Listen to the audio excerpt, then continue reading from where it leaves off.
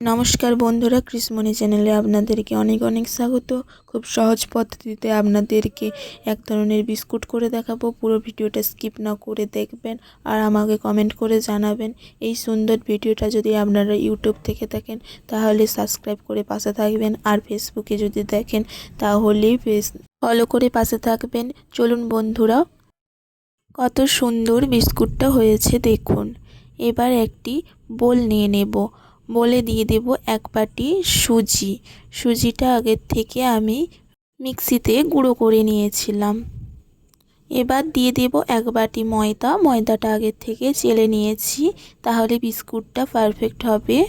এবার দিয়ে দেব ঘিটা আমাদের বাড়িতেই বানানো, আপনারা সব মুদির দোকানে পেয়ে যাবেন ঘি।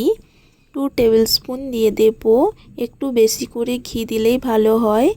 আমি তো এক বাটি করে সব কিছু নিয়েছি, তার জন্য 2 টেবিল স্পুন দিলাম।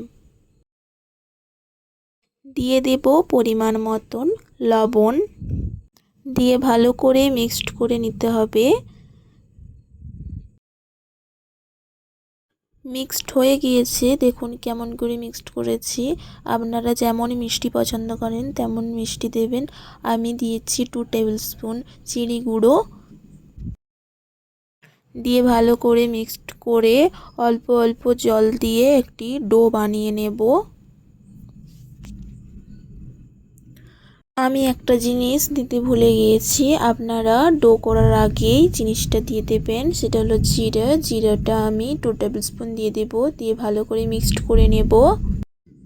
মিক্সড হয়ে গিয়েছে, আমি একটি শক্ত করে ডো বানিয়ে নিয়েছি। 10 মিনিটের জন্য রেখে দিয়েছিলাম। এবার গোল করে কেটে নেব ভালো করে। আপনারা যেমন খুশি শেপ দিতে পারেন, আমি এই রকম শেপ দিচ্ছি, দিয়ে হাতে করে ডিজাইন করে নেব। দেখুন কেমন শেপ দিয়েছি। আপনারা এই রকম শেপেও বিস্কুটটা বানিয়ে নিতে পারেন। দেখুন কতগুলো বিস্কুট হয়েছে। এবার একটি প্যান নিয়েছি, প্যানে দিয়ে দেব তেল, দিয়ে একে একে সব বিস্কুটগুলো এপাশ ওপাশ করে লাল করে ভেজে নেব।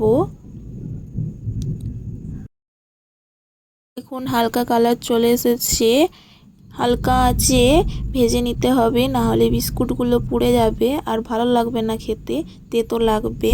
দেখুন কত সুন্দর লাল লাল করে ভেজে নিয়েছি, আর কিছুক্ষণ ভেজে নিলেই রেডি হয়ে যাবে।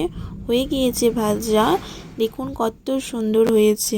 আমি একটি ভেঙেও দেখাচ্ছি, দেখুন কত সহজেই ভেঙে যাবে, আর চা দিয়ে খেতে তো সুপার লাগবে। আপনারা এইভাবে বিস্কুট বানিয়ে খাবেন বাড়িতে, দারুণ বিস্কুট।